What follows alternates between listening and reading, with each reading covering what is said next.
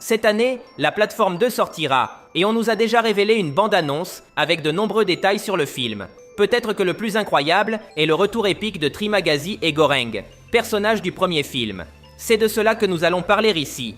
Aujourd'hui, dans Charlie et Al, nous allons examiner la bande-annonce image par image, et je vous raconterai tous ces détails sur le nouveau film de la plateforme. Prêt? Allons-y.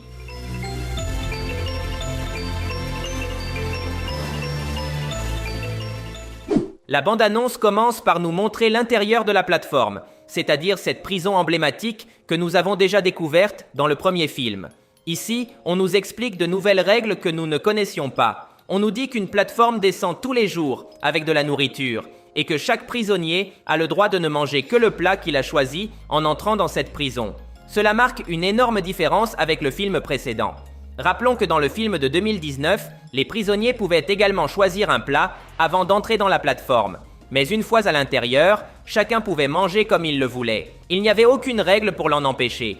Si vous étiez à l'étage 1, vous pouviez tout manger sans problème et personne ne vous punirait. Dans ce nouveau film, il y a des règles. Cela nous fait penser à deux options quant à l'époque où se déroule ce film. Il pourrait s'agir d'une préquelle, avant l'histoire de Goreng. Donc cette règle aurait été en place au début de la création de la prison, mais aurait ensuite été supprimée. L'autre option était que ce film se situe après Goreng, et que cette règle a été établie grâce à lui. Ensuite, on nous présente les protagonistes, une femme et un homme. Commençons par la femme. Officiellement, elle s'appelle Perempuan. Dans une autre bande-annonce, on nous a parlé d'elle. C'est une femme qui est entrée de son propre chef dans la plateforme. Dans cet extrait, elle a dit qu'elle avait un ex-petit ami et qu'il était mort. De plus, Perempuan dit qu'elle est entrée dans la plateforme pour avoir du temps pour oublier ce qu'elle a fait. En résumé, on peut comprendre qu'elle est, d'une manière ou d'une autre, responsable de la mort de son ex-petit ami. C'est pourquoi elle a décidé de se punir en entrant dans la plateforme. Cependant, à la moitié de la bande-annonce, elle dit elle-même qu'elle essaiera de s'échapper. Certains pensent que cette femme est une version plus jeune d'Imogiri, l'intervieweuse que nous avons rencontrée dans le premier film. Et il est vrai qu'elle se ressemble, mais ce n'est pas le cas. Le nom de cette nouvelle femme a déjà été confirmé, et ce n'est pas Imogiri, mais Perempuan. De plus, dans les mêmes extraits de Netflix, on entend la voix de la véritable Imogiri qui l'interroge et lui demande pourquoi elle est entrée. Il s'agit donc de deux personnages différents. Parlons maintenant de cet homme étrange. Officiellement, il s'appelle Zamyatin et il est interprété par l'acteur Ovik Keushkerian, que beaucoup d'entre nous se souviennent comme étant Bogota dans La Casa de Papel. Les bandes annonces ne nous en disent pas beaucoup sur Zamyatin, mais nous savons que son plat préféré est la pizza et que c'est un homme coléreux et violent. Dans plusieurs scènes, on le voit faire équipe avec Perempuan, donc il est probable qu'il soit celui qui l'aidera à s'échapper en premier. Je dis en premier parce que plus tard dans la bande-annonce, on ne le voit plus nulle part. On remarque même que Perempuan a d'autres compagnons. Il est possible que Zamyatin meure à la moitié du film, mais bien sûr, ce n'est qu'une supposition. Nous avons le retour épique de Trimagazi. C'était le meilleur personnage du premier film, et maintenant, il est de retour.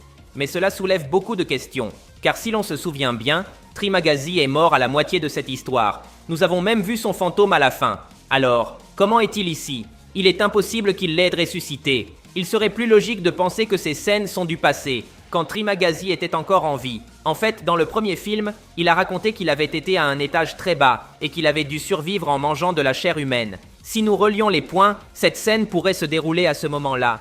C'est pourquoi nous voyons beaucoup de gens. D'ailleurs, si vous regardez bien, l'homme à droite n'a pas de jambes. Ils sont en train de le manger. Cependant, il y a une autre théorie intéressante que je veux partager avec vous.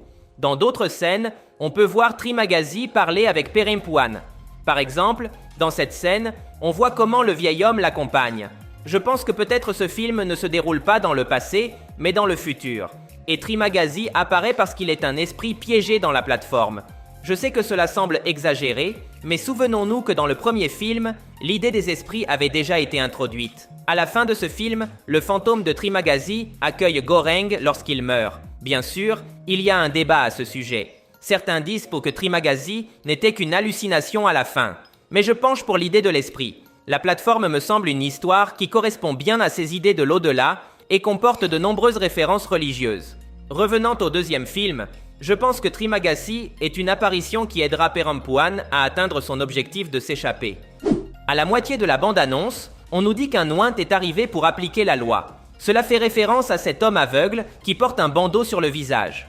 La bande-annonce nous le présente comme une sorte de juge qui punit ceux qui enfreignent les règles. On dit qu'il s'appelle Dagin Babi, l'ointe le plus sévère. Cela marque une autre différence avec le premier film. Dans cette histoire, il n'y avait ni policier ni juge. La plateforme permettait à tout le monde de s'entretuer sans restriction. Ici, en revanche, nous voyons que cet homme punira ceux qui enfreignent les règles.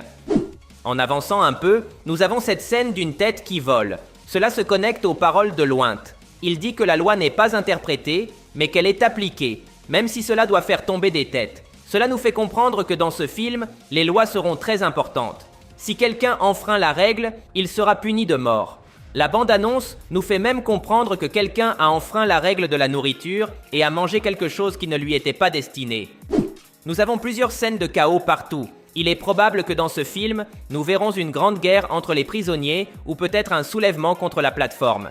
Il est possible qu'il y ait une révolution contre les organisateurs de cette prison. Rappelons que le premier film était déjà une critique du capitalisme. Il ne serait pas surprenant qu'ils abordent maintenant des idées de révolution. Cela expliquerait toutes les scènes de violence, de feu et de destruction. Dans le premier film, nous n'avions jamais vu autant de prisonniers réunis en un seul endroit. Cette fois, les choses seront différentes, et il est probable que Pérempoine soit l'une de celles qui mènent la révolte. Nous avons cette scène étrange, avec un tas de gens entassés essayant de s'échapper. Probablement, nous sommes ici au fond de la plateforme, et ces personnes essaient d'atteindre la plateforme. Je vous dis que c'est le fond de la plateforme, parce que le décor ressemble à celui que nous avons vu à la fin du premier film. C'est l'endroit où Goreng est arrivé avec la petite fille. Mais il y a des différences. Cette scène se connecte à une autre, où les prisonniers entourent une sorte de pyramide. Il est probable qu'ils utiliseront la pyramide pour atteindre la plateforme. C'est pourquoi nous les voyons ensuite entassés.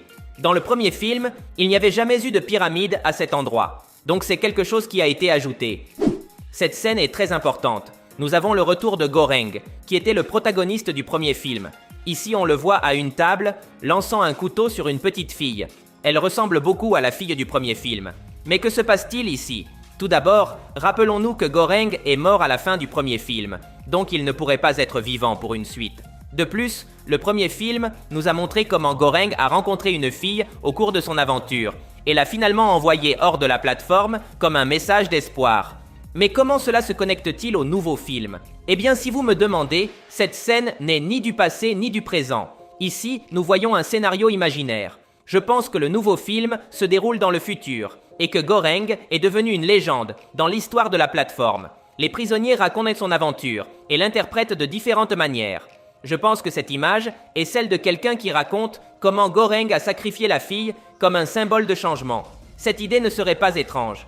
Rappelons que personne n'a vu comment l'histoire de Goreng avec la fille s'est terminée.